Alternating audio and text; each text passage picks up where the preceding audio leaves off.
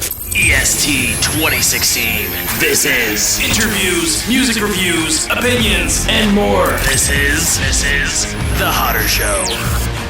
What is up, everybody? We are on here today on episode 245 of The Hodder Show. I hope you guys doing absolutely fantastic. Thanks so very much for tuning in and clicking that play button on today's episode of the podcast. Feeling a little more like myself here today. I want to thank everybody for their support on last week's episode of the show. We have a kick-ass episode for you here today, as I try to every single week here on The Hodder Show. We are sitting down with the man whose latest offering we heard last week, Ethan Flynn. Now, of course, we heard Flyway in its entirety on last week's showcase episode, and I hope that you guys did enjoy that. I was not, I was still very just out of it and not myself. I went back and listened to the episode, and I was just kind of like, you know what, it's just not me. I was not me, so I do apologize that I was just not quite back to being myself. Things are a little more normal over here in the land of Hodder. Well, normal in the sense of, I'm back to working my normal shifts, 5 days, 6 days in a row instead of like 10 with no sleep, things of that nature. So we're feeling a little better. I hope that you are staying safe, that you're staying inside, that you're, starting to, maybe that things are starting to not necessarily return to normal, but you're kind of getting a little more relaxed. Things are still ramping up here in Canada and Ontario especially. Don't get me wrong, but I think a lot of people who have now been quarantined for a few days or even a week or more now are starting to kind of make peace with it. I know I am personally. I know that things have, they're going to get a lot worse before they get better, guys. So we really have to band together and just look out for one another. I am still working. I'm still, going out in the world and doing my part to help keep, our essential workers and our professional drivers and truck drivers and things of that nature safe during this time. And I'm taking a lot of pride in that, as much as it is scary to, be putting myself at risk. But that's okay, because I feel like I genuinely have a job to do to help keep y'all safe who need to be out and about on the roads during this time. But enough about COVID-19 and all that. I just wanted to, say those words very quickly, just that you guys are doing well and everything, because we have a stellar interview here with Ethan Flynn. We dive right into it with his start in music influences, starting of his band King Catalyst, which we do talk about quite a bit. Ethan is also, as you guys heard last week, a stellar and very unique, an enigma, if you will, of a solo artist. And we didn't dive into that as much as I would have liked. There was so much ground we had to cover, I felt, with King Catalyst, mainly because, as well, it was such a long time coming. So I'm definitely looking forward to sitting down with Ethan again sometime in the future to kind of dive more into the world of his solo stuff. Maybe the next time he drops a full-length album or something of that nature. But I will say that we still had a great interview, man, and we covered a lot of King Catalyst, their records and EPs that they dropped as a band, what they're doing now. And we also get an exclusive that you will not hear anywhere else, all about a forgotten EP. That's right, a forgotten EP that Ethan just, for some reason, he felt the need to go into it, and he did. And let me tell you, it is a really, really interesting story and things that I did not know anything about. So you guys are going to really dig this interview, and near the end there, as we kind of talk a little bit more about his solo stuff and what's going on with that, we do also hear his latest single, which, as you guys are hearing this, unfortunately, we did record this episode a little while ago. It was near the beginning of March. This episode was supposed to drop like the third week of March, and it didn't, obviously. Because the world kind of turned upside down, but I still feel there's a lot of great content in here. But just so there might be a couple things we say as far as the release of the single and that. Obviously, the single has been out now for a little while. So if you guys have not heard it, though, you're going to hear it in its entirety. It's a kick-ass song. I cannot wait If you guys check it out, Keep from the Memory is awesome. And be sure to check out the video as well. We didn't really dive too much into the video, but it's like a short movie, man. It's really good. So be sure to go check it out. Ethan Flynn, I'll have all the links down below. But without further ado, we are ready to roll right into my interview, my chat with Ethan Flynn. So let's get into it.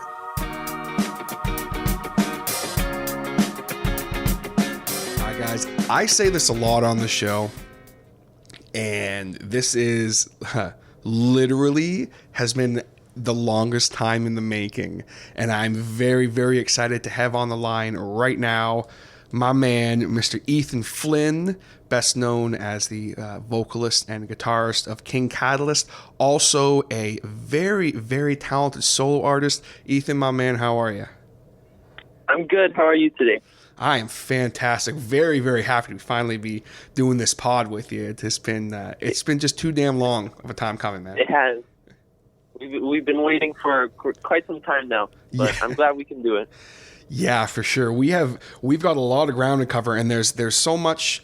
Whenever I have someone on who I've been talking to through Messenger and through comments and things like that for so long, I'm always like, I feel like I know you, but then at the same time, like, there's so much I don't know about you that I'm so excited and interested to get into because, I am genuinely a fan. And, I've been listening to King Catalyst now for 4 years, pretty much.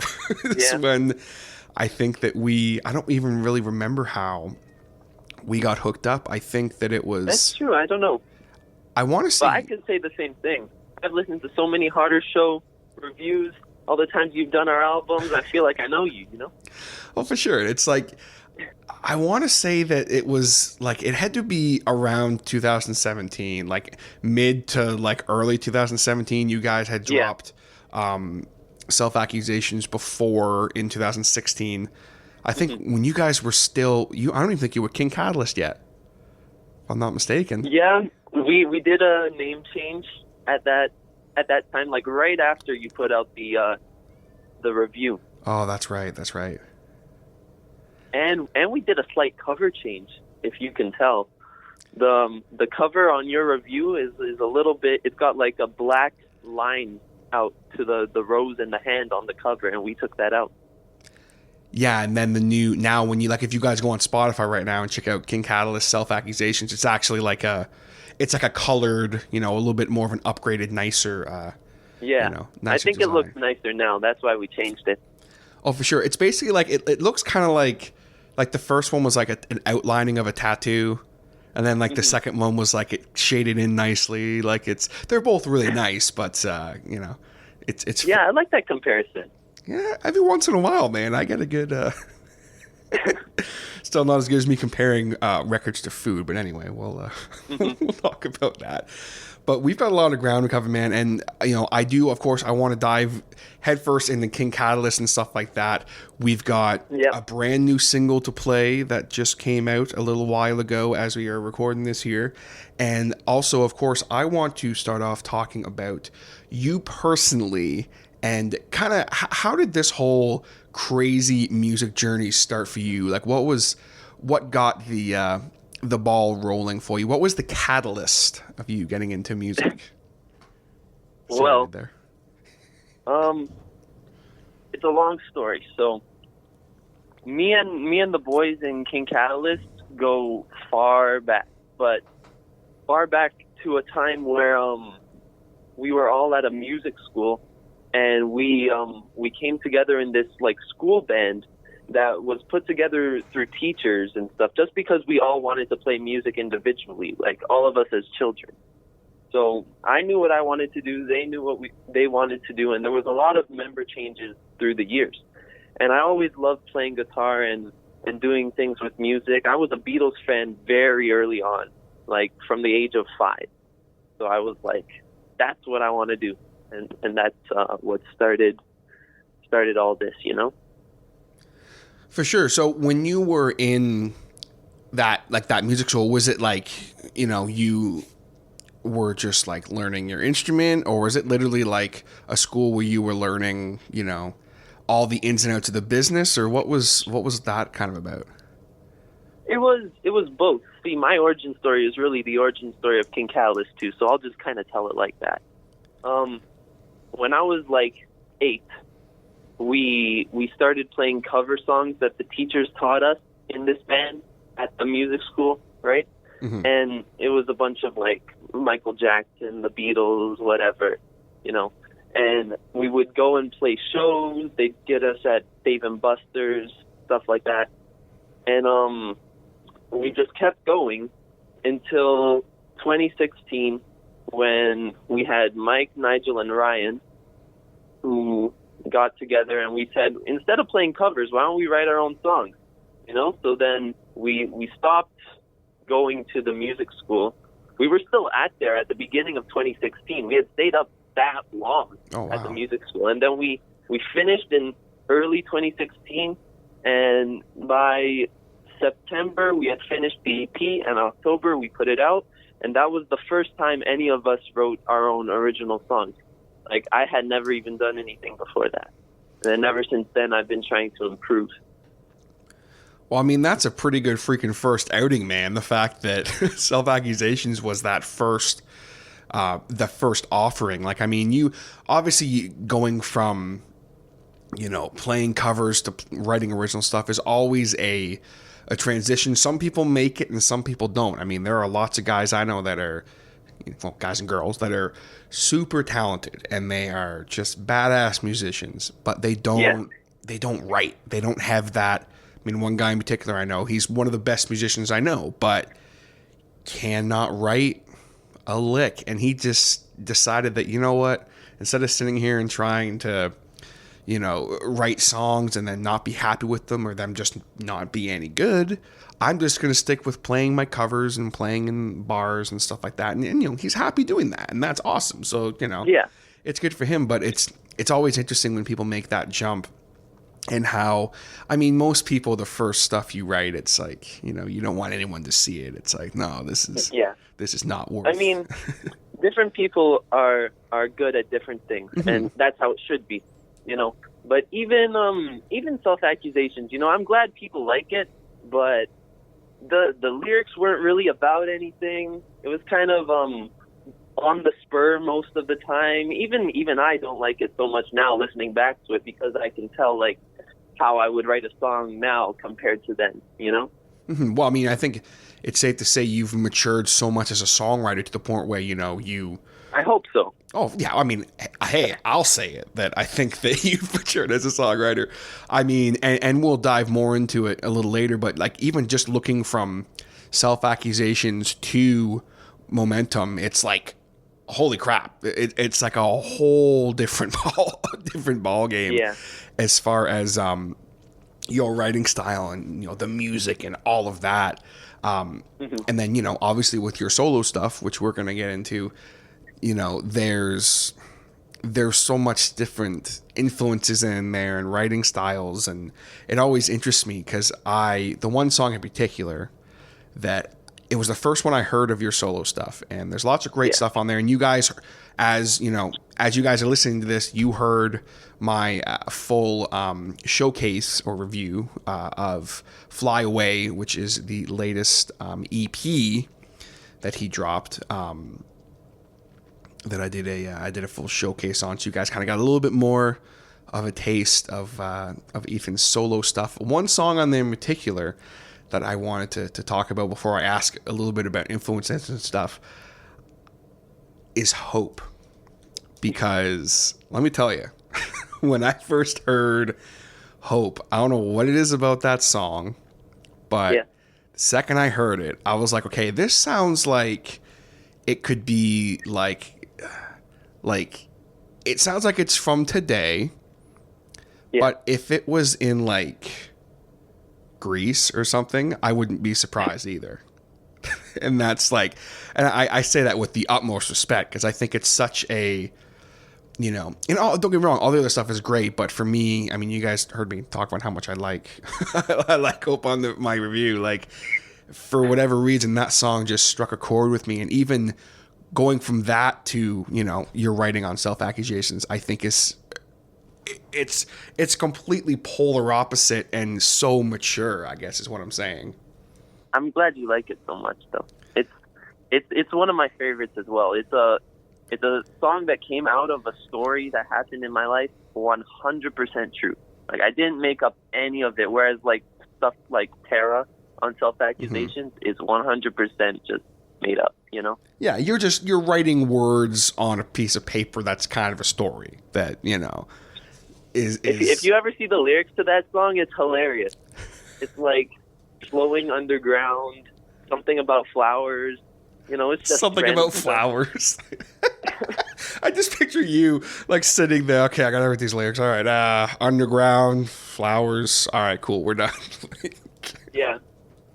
And I think that's okay. Like to be able to look back with kind of a, you know, people are always their own harshest critics. So, you know, I can still look back on Self-Accusations and, you know, it's definitely still an enjoyable listen. But I can understand what you're saying as far as maturing as a songwriter. Yeah. For sure. Well, speaking of songwriters and that, you mentioned a little bit ago, as we were kind of talking about the music school, about the Beatles and how you were a fan. And were you kind of drawn, like when you were younger, especially to kind of that more? I mean, obviously you talk about the Beatles. That's one of, if not the most, depending on who you ask, iconic like songwriting duos or songwriters in the history of music. I don't think anyone can argue that. Were you kind of always drawn to that more kind of singer, songwriter, guitarist type of music where there was always kind of a prominent, like someone like a John Lennon, or were you did you move around a lot? What was kind of some of the first music you heard? And I was constantly drawn to that type of music, I think. Like, the Beatles were more of an inspiration for me than probably any other band. Even as I grew up, I would lean into songs that not so much focus on a specific genre, but that have good songwriting qualities in them. You know, I can go from like listening to rock, pop, R&B, whatever it is. As long as it's written well, I'll really like it, you know? Oh, for sure. And I mean, I think that, you know, listening to your style, like vocally, you have a very, I said it earlier, where like if if someone plopped you in like that era of songwriting, I think you do just fine. Because I think you kind of have I can definitely hear the Beatles influence in that. And it's probably from all that stuff I listened to as a kid, you know, to be honest. Oh, for sure. Yeah. Like, there's something to be said for timeless classic songwriting that doesn't get old. And with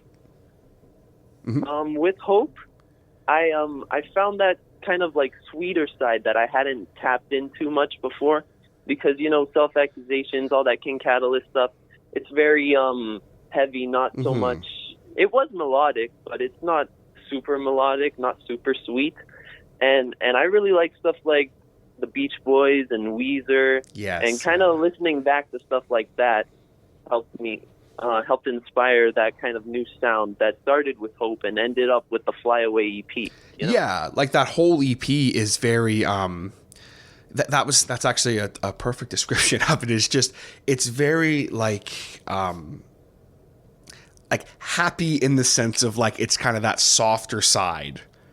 It's like, you know, the two sides of Ethan Flynn. Here you go. Here's that other side of it. Exactly. It sounds happy, even when the lyrics are some of like almost the saddest lyrics I've ever had. But it's the happy sound that makes it separate. You know. Oh, for sure. I mean, at the end of the day, Hope, you know, from what I gather, is, you know, it's not a happy song per se, but it's, you know, it is not. It definitely sounds like, if you're not really paying attention to the lyrics, it sounds kind of like, oh, he's, you know, singing about this nice, sweet thing. And in reality, no, sir.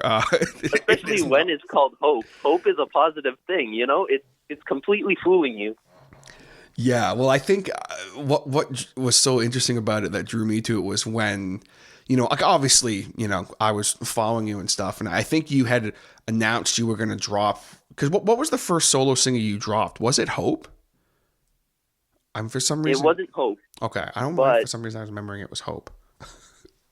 Hope was the first one that gained momentum. Okay, maybe. Haha.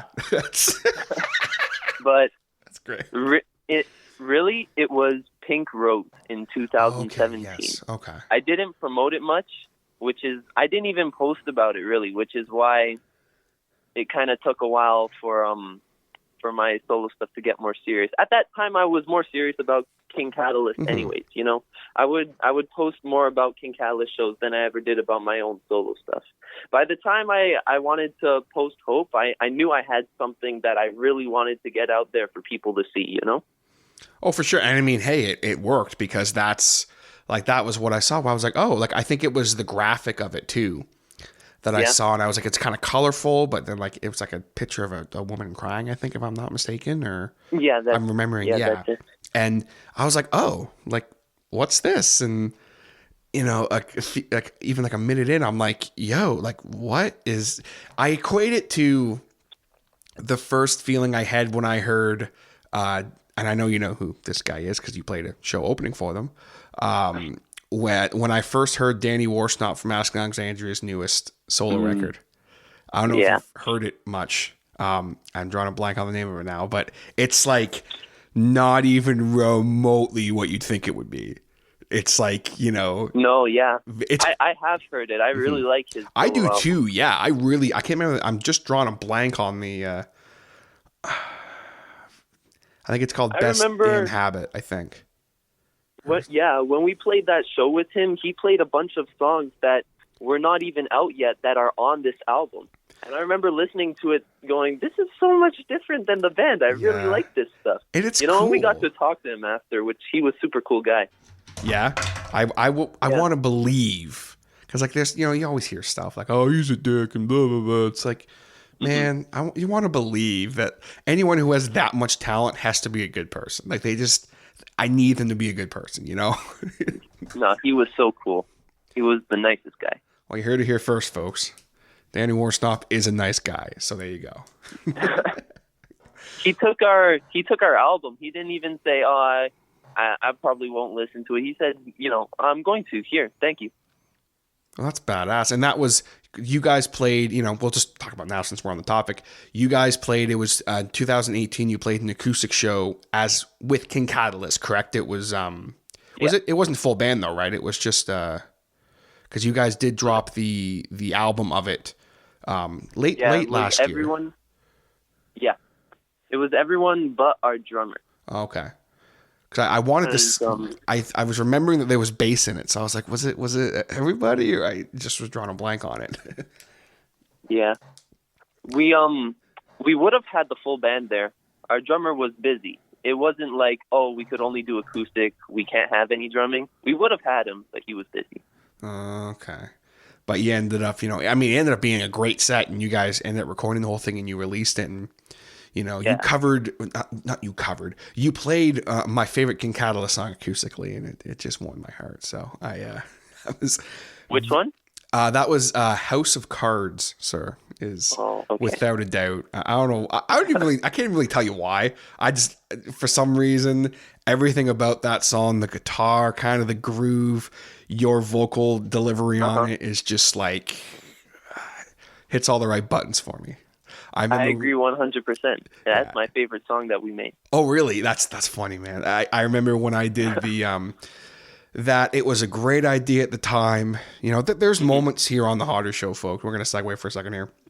When I have what I like to call good bad ideas, where I go, this is a great idea, and then I'm right in the middle of it, and I go, this was a really bad idea. And that was when I did the my first ever and only live album review on the Hotter Show. And again, great idea. You know, a few people tuned in for it. It was a lot of fun. You ended up, you know, coming out for it, and you were interacting with some people. So it was really cool. It was fun, but just because of how shitty my internet was at the time, and still is, unfortunately, playing the music didn't quite work out. But what was cool about it was a full-on live reaction. Like, I hadn't heard any of the songs except for, I think, maybe a minute or two of Liftoff before. So I sat down and I did it, and it was a lot of fun. But during that, you know, I literally, if I can remember correctly, I think I said, because you were kind of hanging out for the first few songs, and I said after House of Cards, I was like, dude, I wanted to go back and listen to it again. I was like, that is just, I really like Liftoff as well, and I like Awake, but like just House of Cards, just for some reason it hit all the right buttons for me. But that was one of those moments where I look back fondly on that episode, but I will never listen to it again because just I enjoyed it. Well, I mean, thank you, man. I appreciate that, because it was I mean, it was great, aside from the fact that the music sounded like it was being played through a potato. That was the only yeah, it makes sense. Sounded like I was running it through a potato into my board and then was playing. It was just not very good. But anyway, getting back to more important matters, as far as the kind of writing and recording of Fly Away, and then also, I guess, to another one, Happy Valley as well. How did you, like, literally just one day you were sitting there and were like, oh, I have all these songs that I want to write? Or was it a conscious effort that you wanted to start going solo, or kind of how did that process start?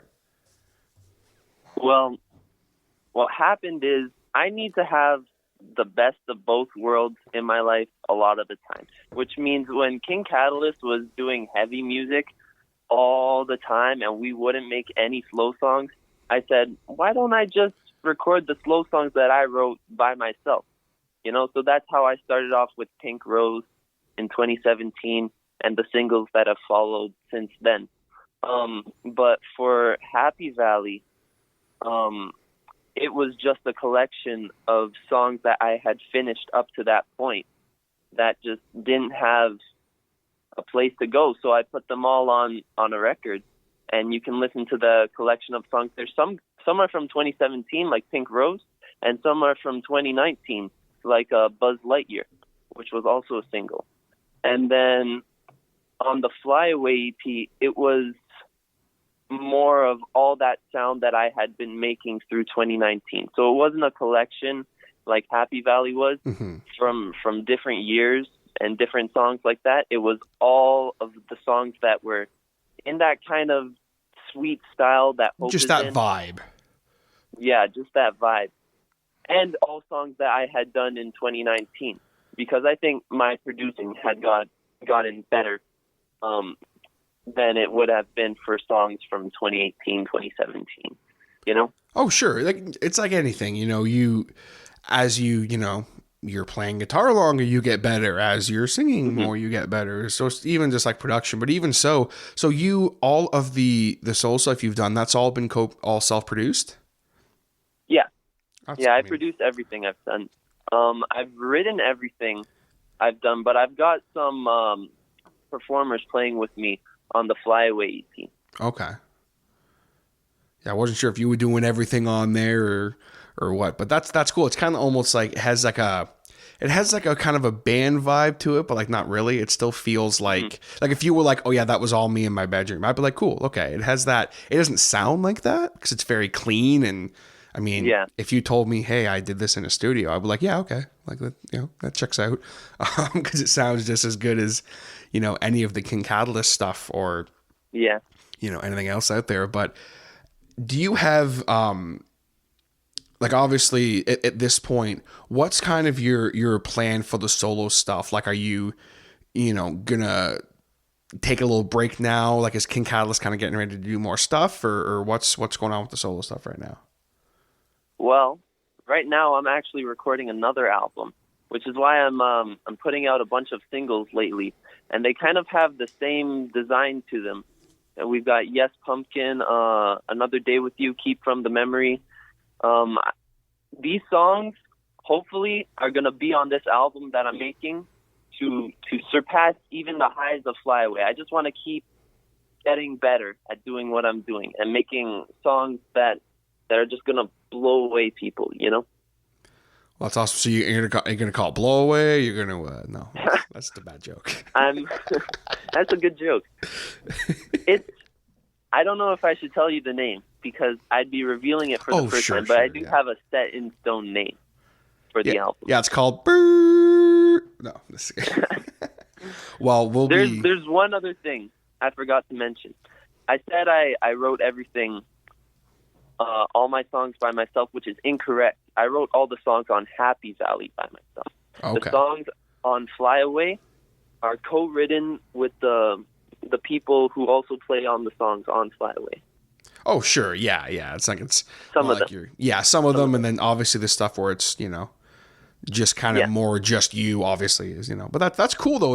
It's always fun collaborating with people, especially people if they're not who you normally play with. It's always interesting to kind of get a new perspective. Like I had a friend who played drums with me one time. Her name was Dana, and I said, "Let's write a song." And she said, "Okay." So I did all the instrumental work, and she wrote the lyrics, and that song became Overdue, which is on the Fly Away EP. Yeah. And the lyrics are all about her experience, not mine, but I love singing the song. That's always interesting. It's something I've never really gotten into with vocalists on the show before. Was singing, lyrics that aren't your own words and still being able to perform them with a certain level of passion. Do you find that, even though it's not a song that you can, you wrote, do you still find that you have ease kind of relating to a song that you haven't written? Oh yeah. I don't know why, but like I totally understand what she was writing about for that song, so I feel like I'm able to tap into it. And I changed a little bit of the lyrics because I think she sung it about a guy, and I'm trying to sing it about a girl, but I fail a couple times. So I go from like gay to straight midway through the song. Well, hey, I mean, it is 2020, so it's not it's 2020. Not a big deal, obviously, on that, but it's kind of interesting, though. I swap out the hers and the hims sometimes, which was a mistake, but I left it in. That's kind of a cool idea, though, in a way. I don't know why. That's kind of cool that you I mean, if you didn't, I'm going to be completely straight with you. I didn't really notice. I think it's because my brain was trained at that point to hear her. I guess I didn't notice that till you pointed it out, but now that I'm thinking about it, I'm like, I totally understand that. But I mean, that's just sometimes there's beauty in that. I have the lyrics here. It says, "Seeing you with her," so that's her implying it's a guy with a girl, right? And then later I say, "Don't say sorry, 'cause girl, you ain't worth it." So I'm talking to a girl. So if you take it out of context, it sounds like a lesbian. But yeah, that's interesting. It's like it's interesting. I think you could take that a couple. But it's not written about that. It's written in her perspective. But it's because she was singing about a guy, you're singing about a girl. Yeah, I get it. I get it totally. But that's still, there's beauty sometimes in little mistakes that are left in, and it's happened all throughout in the history of music where, oh, well, we'll leave that in. It sounds cool. Yeah. So that's always interesting. But speaking of sounding cool and horrible segues, we've been talking with Ethan for a little bit here. We're going to get ready to take a short break and then come back with more with him. But before we go, we got a little treat here for you guys, because if you have not heard Ethan's latest single that came out on March 5th, I believe March 5th. Yes. March 5th, Friday. Yes. I believe so, Ethan. I think it was March 5th, right? March 5th. March 6th, Friday. March 6th. I knew. Yeah. I had it on my notes. Sorry, guys. That's my bad. Sometimes I 5th, 6th. I guess I could see how I made that. Anyway, we are going to play that song for you here right now, and then we're going to come back with more with Ethan Flynn. Let's crank it up. This is Keep from the Memory.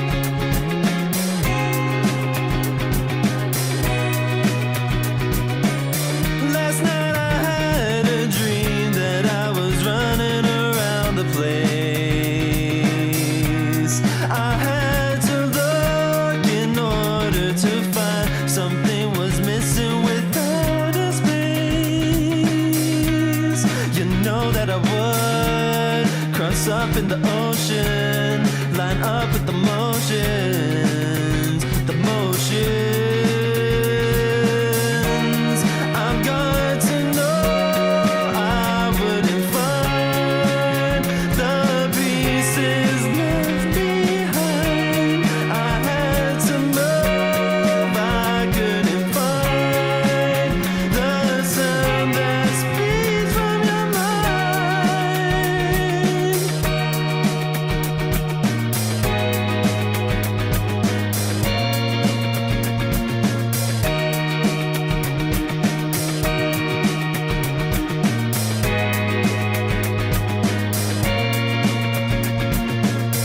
And I just got to let you know that you will never let it go.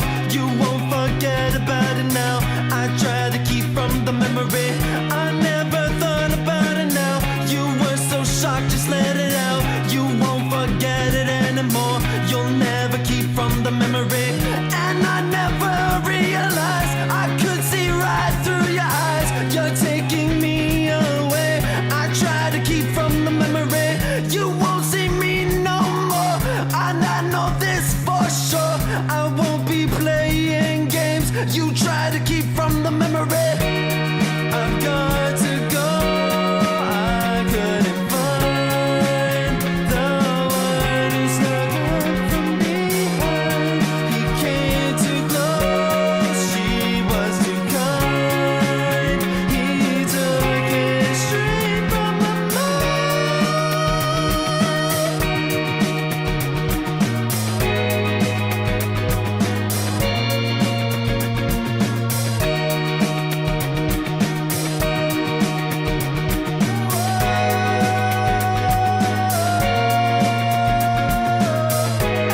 I sleep and dream of you, and then it hurts me so bad, so bad. I never thought that you would go through what you did, but you're a liar. You never did,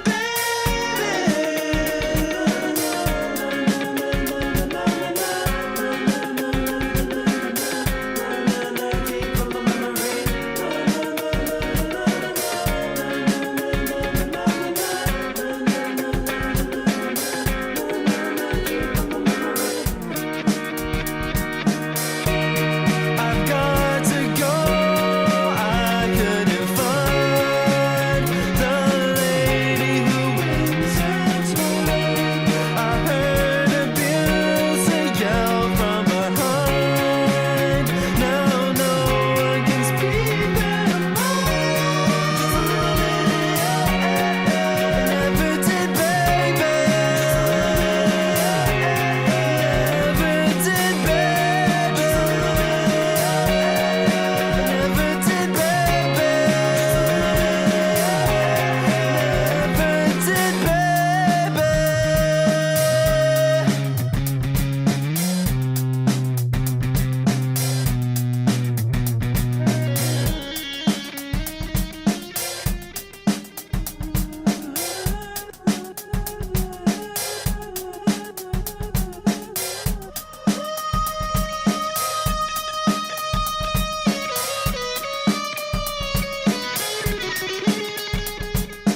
Hey, you. Yeah, you. Listening to The Hotter Show right now. Are you in a band? Maybe you're a business owner of some kind, a performer, maybe a pro wrestler, an event promoter, an athlete, or maybe you're just an everyday person who needs some photo editing done. You need a great graphic design guy, and have I ever got the hookup for you? My man and close personal friend, Mr. Jason Reese from Jaybird Digital Arts. Whether you need logos, t-shirts, stickers, tickets, business cards, banners, menu, brochures, flyers, posters, Facebook banner videos, door hangers, photo editing and restoration, print ads, lyric video editing, signs, notepads, window clings, letterhead, bookmarks, programs, magnets, greeting cards, calendars, rack cards, invitations, envelopes, pens. Jason will work with you to develop a style that is unique to you and that tells everybody just how special your business, event, or you personally are, and you will stand out from the crowd. On top of the fact that he does offer free delivery between Cobourg, Ontario and Kingston, Ontario, message him today right now for a free quote. That's right, a free quote.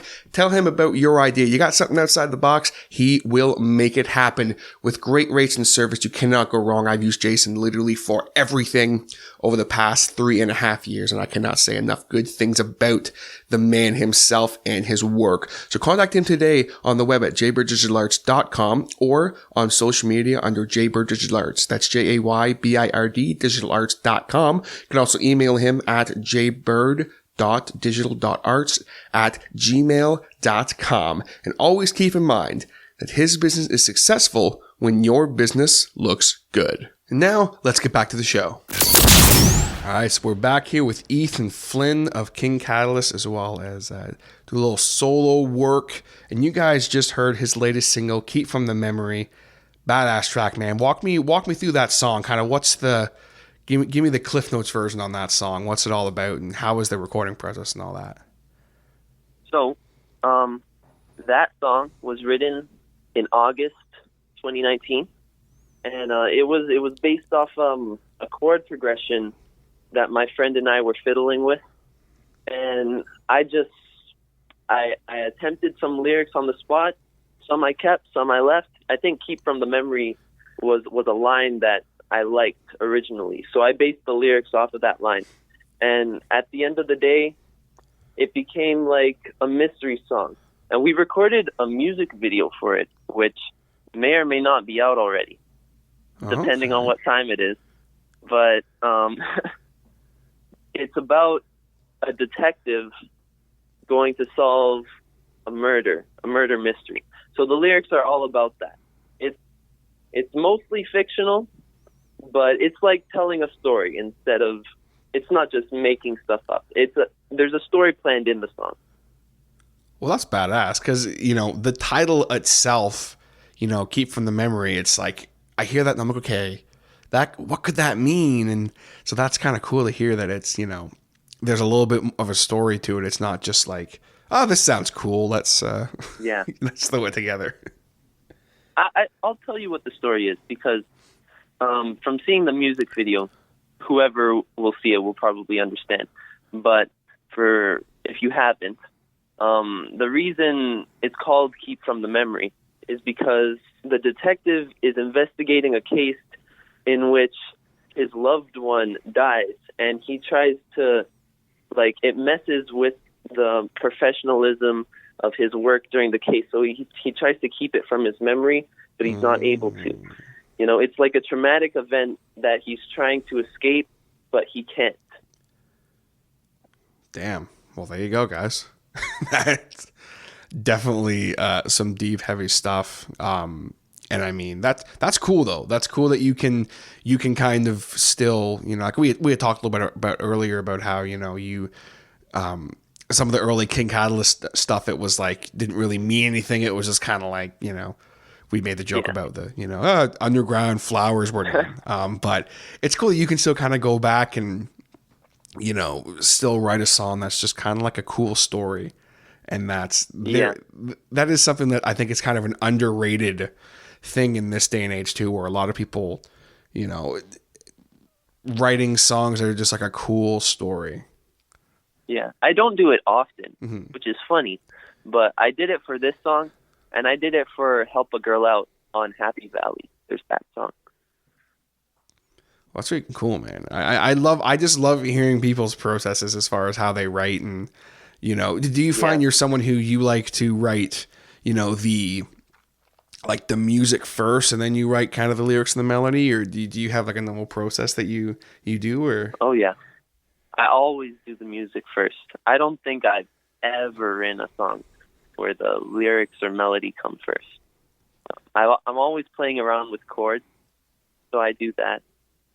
I just found the lyrics from Tara here. It says, "Burrowing down beneath the lash, glimmer flash of droplets splash, in effervescent color clash." That's how the song starts off. Can you believe that?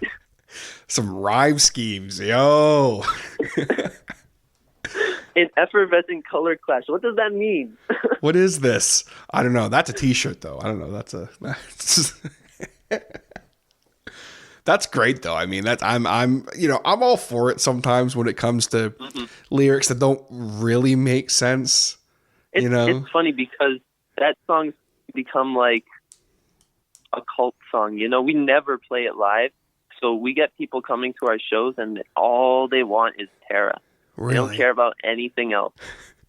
There's the news to go play Terra. Yeah. We don't want to play anyway. That's got to be something that's just like a trip. You're sitting there and it's like, oh, we're going to play all this new stuff that we're super excited about. It's like, no, play Terra. It's like, goddamn. Yeah, I know. Well, it's if I had to pick something to be my favorite from Self-Accusations, it'd probably be that, just because of the sheer audacity of the song. It has lyrics like that, and then it's 7 minutes long. Which is intense. Like, I mean, don't get me wrong, it was one of the songs too that like I was a fan of, but it's not something I really thought about till now, hearing you say that, of like the audacity that we had to, hey, let's have this 7 minute song about nothing. Put it out. It's a ridiculous song. Most people don't do it. But that's not how you do things here at the King Catalyst camp. It's like, nah, man, we're gonna do it. Yeah. That's freaking great. Well, obviously, speaking about King Catalyst, we dove a little bit into your kind of your solo stuff and the solo EPs and that. Yeah. But as far as King Catalyst, obviously we, like you said, your origin story is kind of the King Catalyst origin story. But as far as the album itself of Momentum, which we've kind of been touching on a little bit here and there. When did you guys start writing that, and what was kind of your guys' thoughts heading into that record? Oh my gosh. Well, it was a long time writing in the process. It was going to be an album originally, but it was so difficult, we had to bring it down to 5 songs. And because we had also got Spencer Sotelo from Periphery to to mix the songs, it cost a lot per song, so we couldn't do 10 anymore. We could only do 5, which disappointed me, to be honest. I wish we could have done more, which is why I was so keen to put out an album by myself when I could. Yeah, to have that outlet of, here's the album I wanted. Even though the songs from Happy Valley had been sitting around a while, I was glad I was able to take like 11 of them and put them together and have a long piece of work instead of just another 5-song EP, But Self-Accusations was produced and written a lot by Mike, who was in the band at the time. I had just done the lyric work in that EP. I didn't do any of the music. So when Mike left in 2017, we were faced with a new challenge. And we started writing these songs that would end up on Momentum, and it took a while for them to become the songs that they eventually became. And by the time we started recording them, it was 2018. And we had finished recording all the songs in 2018, and we sent them off to Spencer, who mixed them and gave them back to us all done and finished like you can hear it now in December of 2018. So then, to be honest, I have no idea why it came out in 2019. They are all 2018 songs, and they could have been out sooner, but the guys wanted to wait. They wanted to hype up the release a little bit more. They wanted to set it for May 2019 once we had it in December, and that's what we ended up doing. With the lyrics, I wanted to write more about my real life experiences as opposed to what I did with Self-Accusations. So that's evident on like Saying Goodbye. Mm-hmm. Saying Goodbye is all about my experiences. Momentum is kind of like about what happened to the band at the time. Awake is about a relationship I had with a girl. House of Cards is similar to that. And Lift Off, which is one of those story songs, but that's a different story. And then Momentum came out in 2019, and then we put out the acoustic EP, which was also recorded in 2018. So everything that we've put out recently was all finished in 2018. We just put it out now. Well, I mean, I can absolutely understand why they'd want to, maybe hype it up for a couple months. Like, I can totally understand that. But I didn't realize the songs had been sitting around for that long. Because I knew you guys were working with Spencer. Because I think you had either you had told me in like a message like, "Hey, don't say anything." We're we're working with Spencer from Periphery. And I was like, oh, damn, okay, that's pretty cool. Like, just even getting him to mix it is like, that's a pretty big deal, to be able to say that. Yeah. I mean, it's not like it's unobtainable if you're, if he's a producer and you pay someone to do a job. That's, that's kind of how it works, I guess. But to me, as a normie, it seems like a pretty cool thing to be able to say, like, oh yeah, Spencer from Periphery, mix this for us. But so I can absolutely understand wanting to wait, but that is kind of funny that. So so when you guys release your next record, is it going to be like songs you wrote in 2020 that'll be dropped in 2022 or what? What's up? Well, King Catalyst has been kind of on a hiatus ever since the release of Momentum. I don't think we played a single show after we dropped that EP. Really? We had a switch of drummers midway. So our drummer Ryan, he had done all the drums for the Momentum EP, but then we got Alex on board because Ryan went to pursue other projects, which I love, by the way. I love what Ryan's doing right now. And Alex played a couple shows with us. Then we stopped playing shows because Alex went to also pursue another project. And King Catalyst has never played anything since then. So that's been since May. It'll almost be a year now. Oh, jeez. And we wrote another song after Momentum. It's called The Way I Do. And we made a demo, but that's as far as we've gotten as of new material. So you might hear that song in 2021. Well, I mean, hey, as long as we get it, that's all I'm saying. I mean, I need, now that I know it was 2018, you guys, listen, get together, okay? Find yourself a drummer. Let's go. Come on. The world needs more King Catalyst out here. You know what? But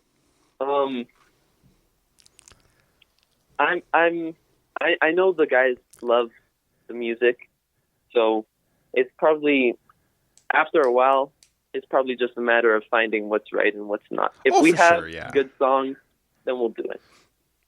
Oh, for sure, yeah. I mean, obviously, I say that tongue in cheek. If you guys you're writing stuff and you're like, yeah, maybe this isn't it. Let's keep writing or let's keep working on stuff. And it's better to have.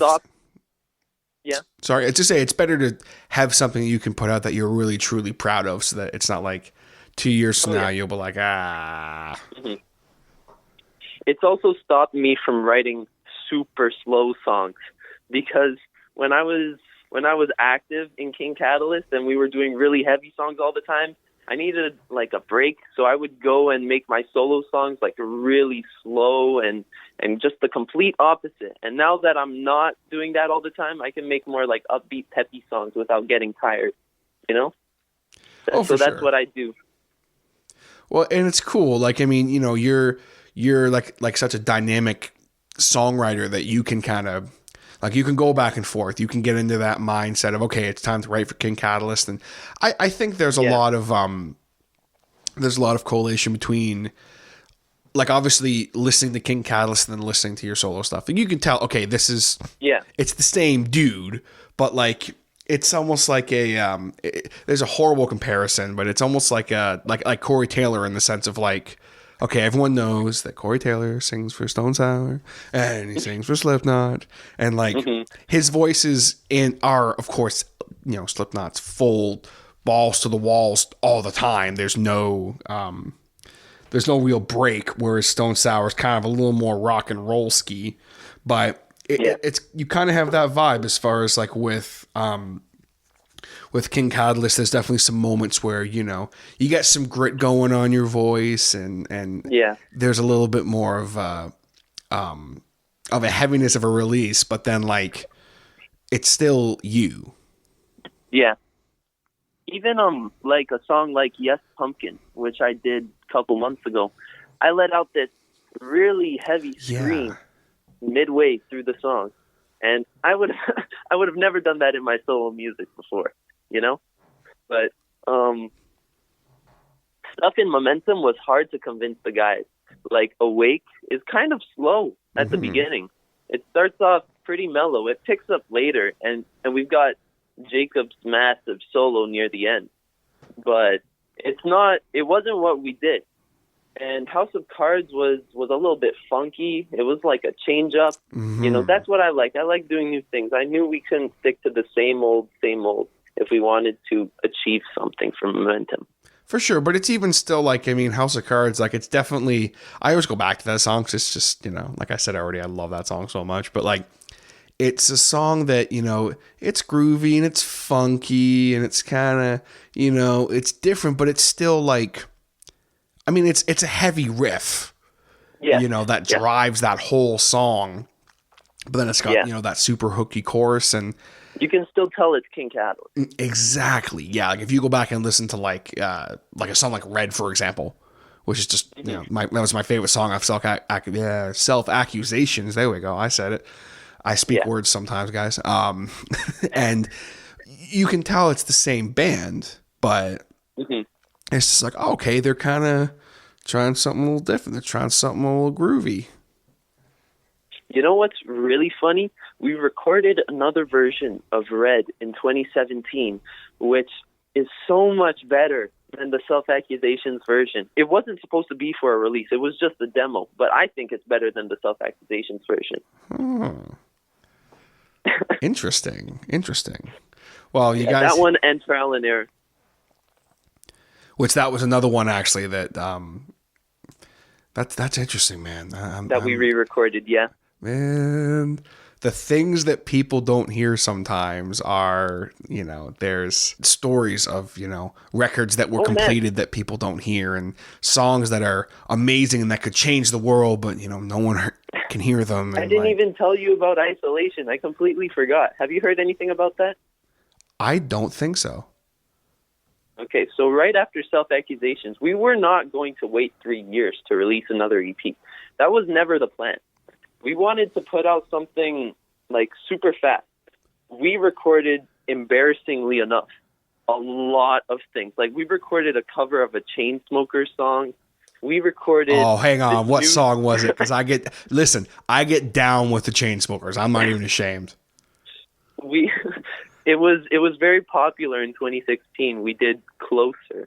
Right after okay. Please tell me that exists somewhere. Please tell me. Yeah, I have it on my computer. Dude. Okay, we're not even doing the pod right now. Just hook your boy up with that, because I love that fucking song so much. I'm not even bullshitting you. Like my girl don't tell anyone. Okay, so we're back. Man, let me tell you. Like my girl, she's super into like the top 40 stuff in the radio. Like that's what she listens to, her, the pop and hip hop and stuff. So I'm very up to date for the most part on what's going on. And let me tell you, when Closer came out, that was a jam. So that just like made my night that you guys did a cover. I thought you were going to say either that or Don't Let Me Down, because that would have been cool too. Yeah. Because Don't Let Me Down's got that. Anyway. Our live cover was always Smooth by Santana. But we attempted to record Closer by the Chainsmokers. Tell me there's a recording of Smooth out there somewhere. I think there's one on YouTube. Dude. Because it wasn't a studio recording or anything. It's just us doing it live. I gotta hear you sing Smooth. That's just, I need that in my life. So I'm gonna go check that out after this, because I loves me some Smooth. But if everything went to plan, we would have put that out in December 2016. So it was Closer, and then like I kind of interrupted you because I had to know what song it was. But what else was going to be on there? Like, was it like other original songs or?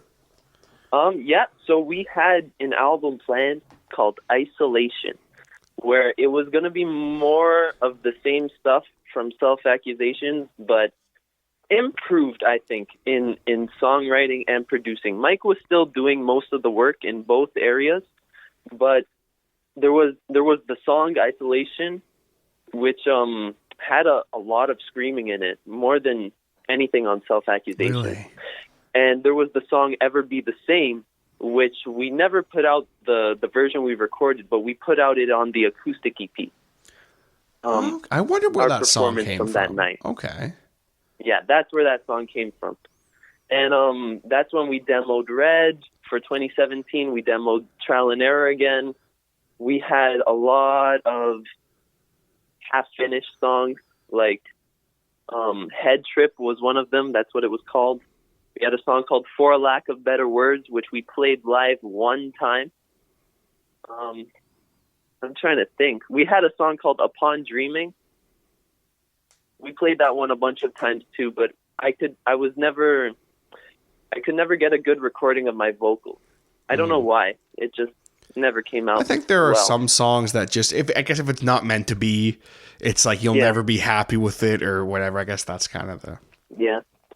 And everything for that album was just thrown away at the end of the year. Man, I just got so hyped, and it's I mean, that's, you know, well, not thrown away because I have it, but you probably will not be released. It will never hear the light of day. Well, that's damn. All right, guys. So here's what we're gonna do. I'm gonna go on change.org.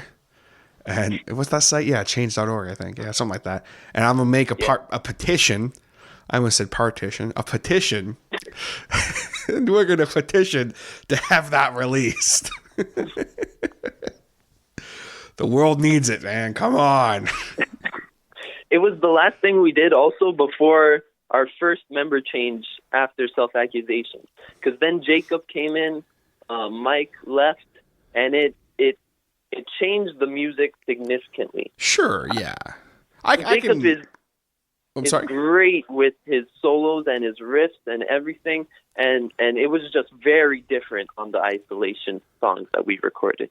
Oh, sure. I can, you know, like I say, everything I say is kind of tongue-in-cheek, obviously, but like I can understand not releasing it because obviously it's like, well, is it really relevant at this point? Because, you know, your style has changed, obviously, when you have a new... exactly. Especially, you know, with all due respect to my bassist and drummer brothers and sisters out there, when you change out either a vocalist or a guitarist, it's like, holy crap! Like that can really make I mean, so can a drummer and a bassist. Don't get me wrong, but when you have, especially if you're a more guitar-driven band, I know I can already hear the freaking messages I'm gonna get. I already know who's gonna message me. How dare you? And if you're listening right now, you know who you are, and I know I'm going to get shit from you for the whole bassist comment, but were you not a fan of Metallica? Look what happened when Cliff passed away. Ugh. Anyway, we're not going to debate Metallica right now, but I can absolutely understand how, you know, you guys would have had such a big style change, and you know, because no two guitarists are really the same as much as you might. When members change, you can't really put out something with the old members that hasn't been out because it's just not going to be what's going on now.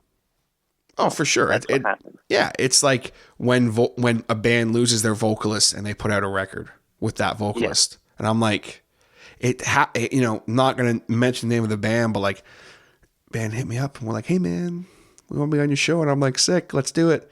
Here's our record. Oh, by the way, our singer just left today. Oh, okay, well. Oh, okay. Yeah, we're going to go it alone for a while. Oh, okay. Rock and roll. All right. And, you know, good for them. They're going to try it, and they're going to try and go without that singer. But it changes your style completely. Yeah. Especially with a singer. I mean, you can't, I don't know. I don't, that's something that always just boggles my mind. And he was our screamer. You know, there wasn't really anyone else who did the same kind of screams. So that's why in Momentum there's little to zero of that kind of style.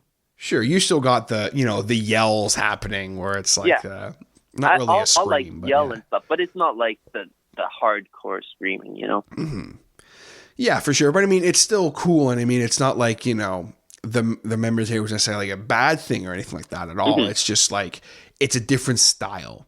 And I think that's cool because it's cool to look back and go, okay, like, so here's how, you know, King Catalyst sound here. And then it's like, now here's how they sound here. And it's always cool to kind of make that comparison and go back. And it's definitely fun, man. And I appreciate you being so candid talking about some of this stuff too. Cause it's, You know, some people would not want out there that like, you know, well, we got this album we've just been sitting on and, you know, it's...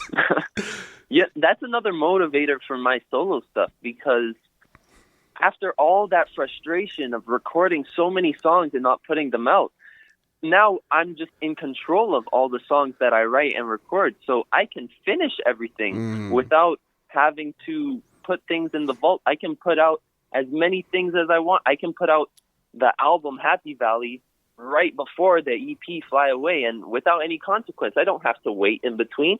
You know, I can just record things, put it out, and it's easy.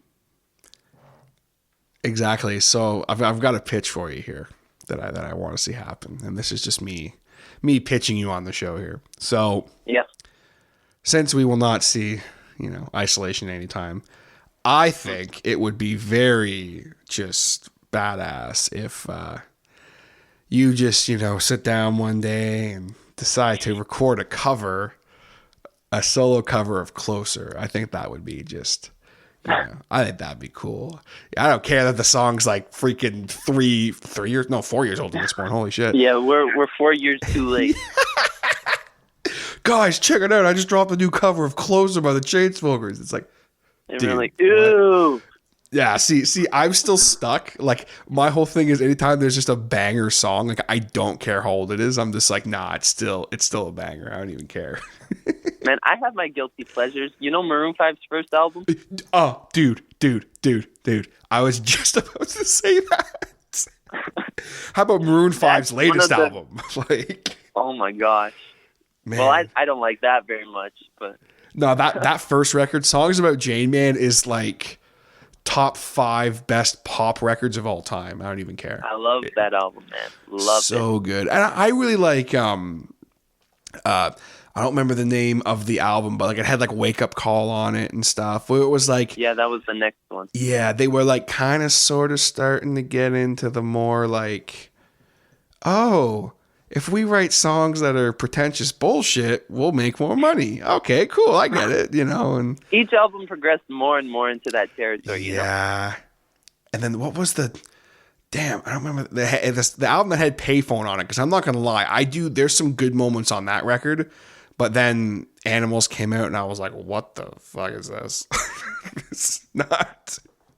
And I love Adam Levine. Like, I don't even care. I love him. I love him to death. Like, I am a heterosexual male, but let me tell you, if Adam Levine walked in here right now, I would marry him. Yeah.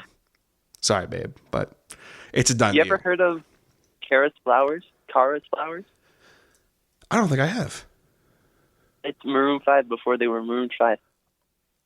Oh. They did like a rock album. Yo, what was that called? I need to look this up. The Fourth World. Search that up. Sick. See, this is the real reason I do this podcast, by the way, guys, just to get album recommendations from people. I am literally looking that up because I want to hear that. That's badass. It's really good. That's freaking awesome. Well, man, we've had a lot of fun chatting with Ethan here today, and I mean, I feel like we could keep going for another hour and a half, but I always like to end off with kind of a bit of a staple question here on the Hodder Show. It's always either a fun one or a horrible one, just depending on the situation. But do you have in your career up to this point a favorite show that you've played, or a just least favorite funny story of a bad show that you've played? I don't know if I should tell this one. I'll probably get like... Well, I mean, you can always change names. We can always edit names out or whatever, No pressure.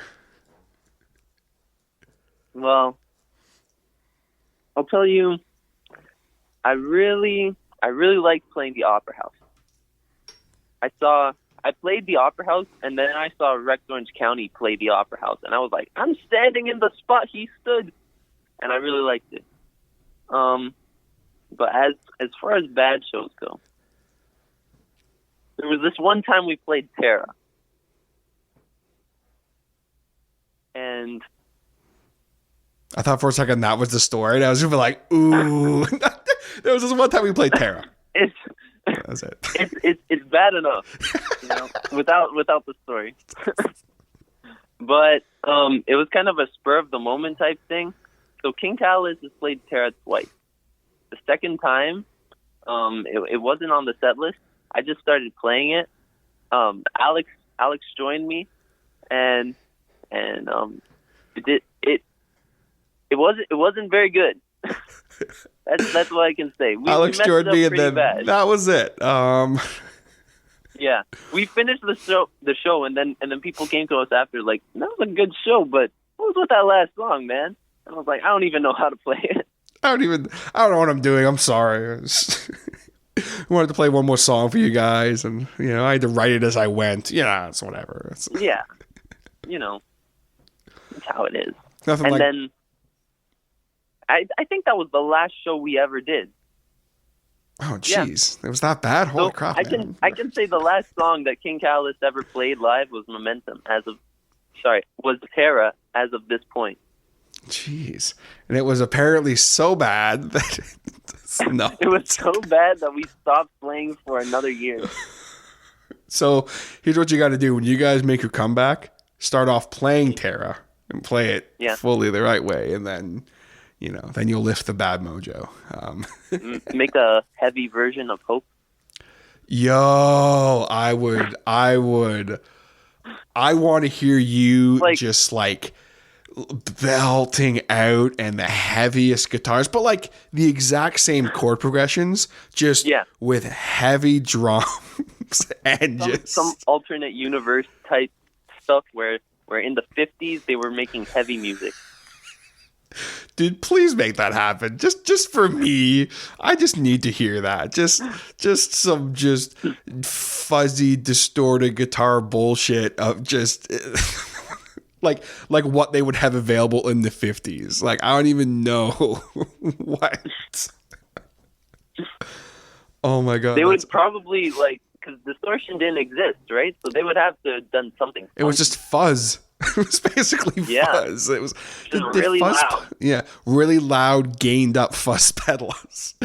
It would be so. It would. Oh my! I can hear it in my head. Like, I hear it, and like it sounds beautiful. Oh, sorry guys. And it sounds beautiful. I'm getting so into this. I'm flailing my arms around. It would just. Oh, it would sound so beautiful, but like terrible at the same time, just because of that guitar tone would be. Yeah. Oh my gosh, that's fantastic. I'll hold you to that, by the way. I one of these days, I better see you. Really? Okay. I mean, you said it here on the show, so you got to make it happen now. I mean, come on. I think that last show with Terra, you might have said that it was in your area, I think. Oh, was it? Yeah, that one show, but something happened and we couldn't see you. But you could have seen us play that horrible version of Terra. Jeez, the hell. I miss all the shows. I'm terrible. I suck. It's here's what happens. Okay, every time. Nothing big. Yeah. Every time I go to a show, someone either calls in at my work or like, it's always a good time. Always super fun. I think you guys played in Oshawa. Wasn't that in Oshawa? Yeah. Yeah. So that I remember now. Okay. I'm not gonna go into as to why I couldn't come to that show, but there was some shit went down. Yeah. It sounds like some shit went down for you guys too. So that's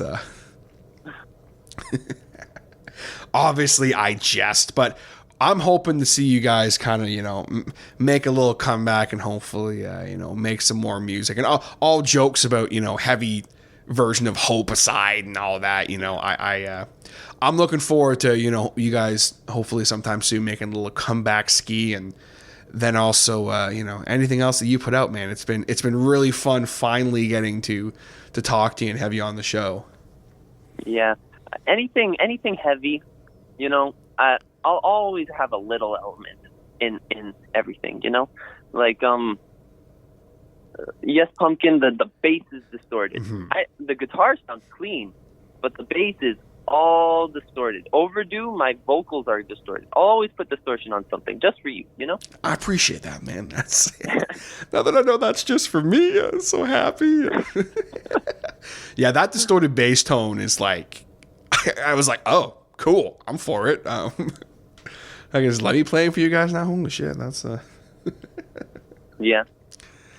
Oh man, that's fantastic. All right, buddy. Well, I appreciate you coming on the show again here. Where can the good people find you and your music and King Catalyst? Well, you can search up Ethan Flynn on Spotify, iTunes, whatever you listen to. Same thing for King Catalyst. On Spotify, I have this nice little playlist called Songs. When you go to either of our pages, you can find it, and it has all of the music that I have made with and without the boys.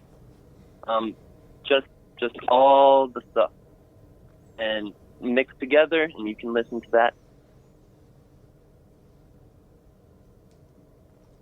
All right, badass. And obviously, if you guys want to, search them out on the old social media and that, pretty easy to find. I'll make sure I have some links in the description here below. And Yeah, we will definitely keep an ear to the ground for more singles from Ethan, and hopefully eventually we'll get that full album. you want me to tell you the name of the album?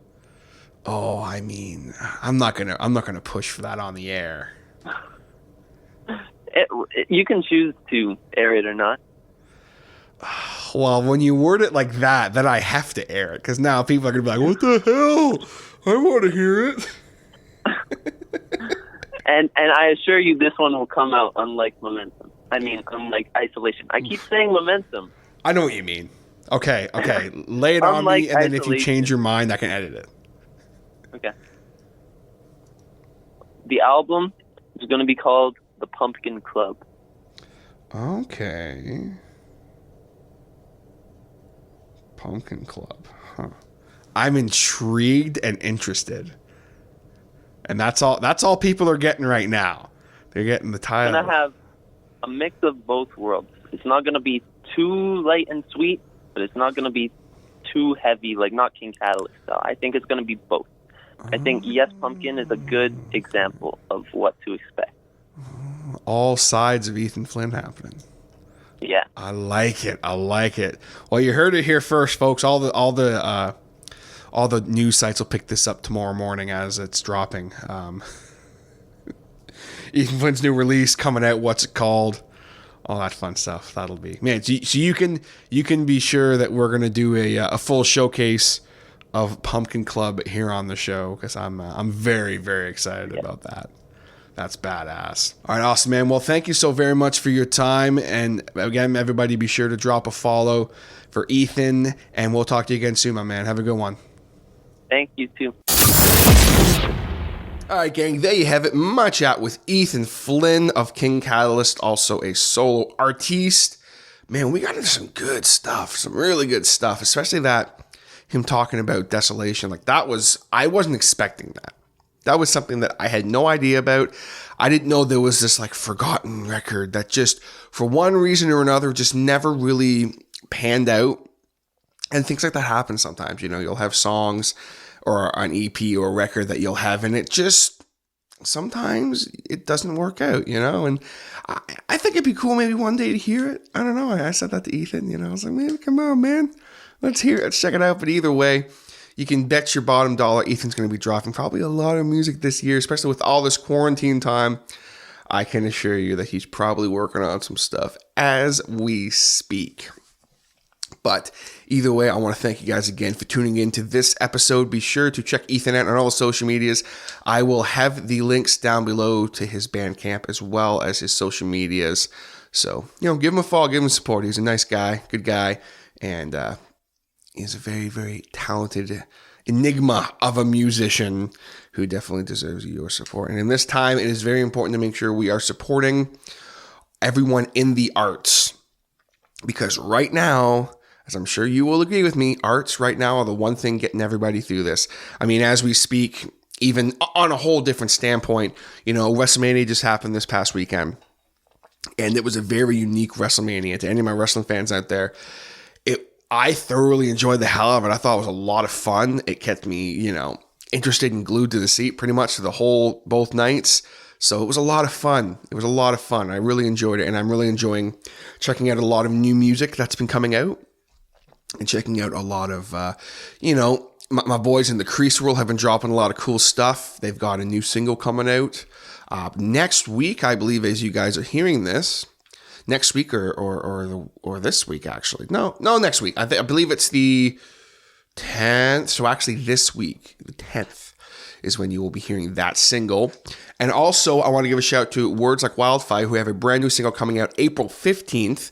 So there's going to be a lot of great music coming up here. And next week, I'm very excited to announce that we will be doing, I should say next episode. I don't want to say next week. Let's say next episode, just in case there's any crazy hiccups or anything. But next episode of The Harder Show, episode 246, I will be doing something very unique. And I'm very excited about it, to be sitting down with my boys in Rolls Royce to be talking about their new EP. That is kick-ass. It came out last week. You guys should go check it out. La Arnold. I'm going to ask them how to pronounce that properly, because I feel like I keep messing it up. They got a bulldog on the front. It's badass. Go check it out. It's definitely some moments that are a bit of a departure for them. So I'm very excited to get into them about that. And we're going to be doing things a little differently on that showcase, because it's not just going to be me blabbering on and then playing the songs. I'm actually going to have, for sure, at least Will on to talk about the EP and kind of give me a rundown of it. So I'm very excited about that. It's going to be a little different, kind of uncharted territory a little bit, providing some commentary in an interview-esque style, I guess, for the EP. So very much look forward to that on the next episode of the show and all other episodes here of The Harder Show. Man, we have a huge archive of episodes if you guys are looking for, maybe some entertainment. Maybe you're looking for some podcasts to listen to while you're, doing some rearranging or some cleaning, and you're just sitting on the couch gaming and you want a podcast to listen to. I don't want to toot my own horn or anything, because I think that I am, I'm definitely not the best podcaster in the world, and I'm definitely not the most entertaining human in the entire earth. But what I do have is a very particular set of skills. No, I'm kidding. What I do have is a show that I pull my heart into, and I absolutely love doing this. This is as much of a cathartic experience for me as it is hopefully providing you guys with some entertainment and some laughs and, showcasing some great bands and other fun content I've done in the past. I'm kind of trying to focus more on music stuff now just because I really feel that's kind of my niche. But if you're into like paranormal stuff, interviews with not just musicians, but also different content creators and everyday people even, I've done that before. I've had my mom on, for gosh sakes. I've had, my buddy my old neighbor from down the street, Brandon, talking about traveling around the world. I've had some really interesting interviews, but also some really interesting episodes I've done talking about, conspiracy theories, paranormal, and video games. Not so much video games, but a few of those. Also wrestling. So I kind of have something for everybody, and I've got over 245 episodes that will keep you guys thoroughly entertained. Well over 245 hours of content, well over that, because not every episode is an hour.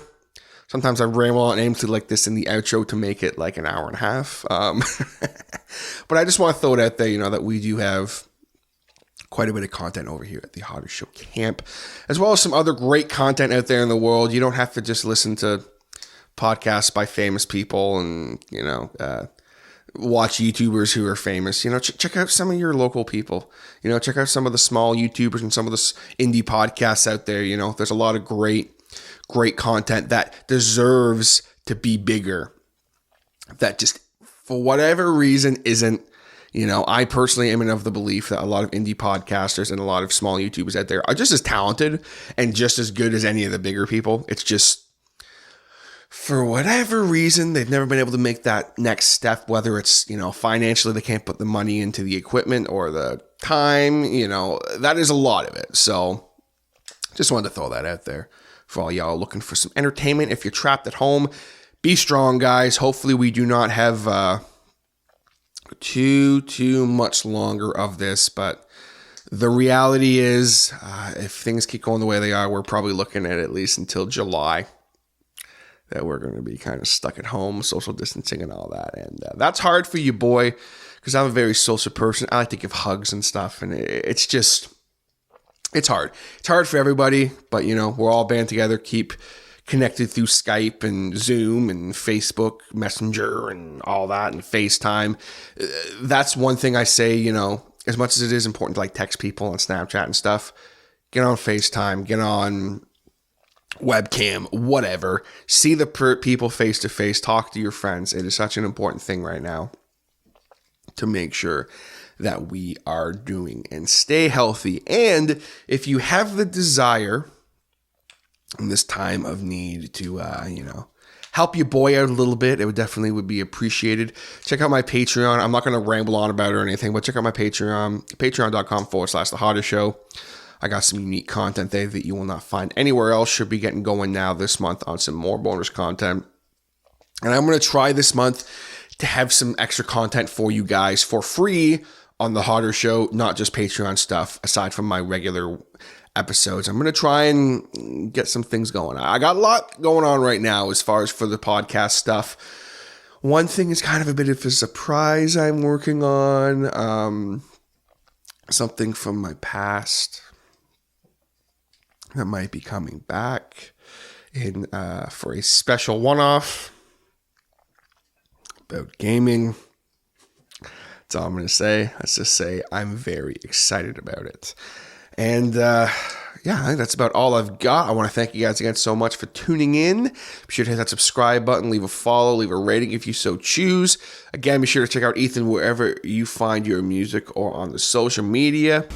And I will catch you next time on The Hotter Show. Stay safe, guys. Take it easy.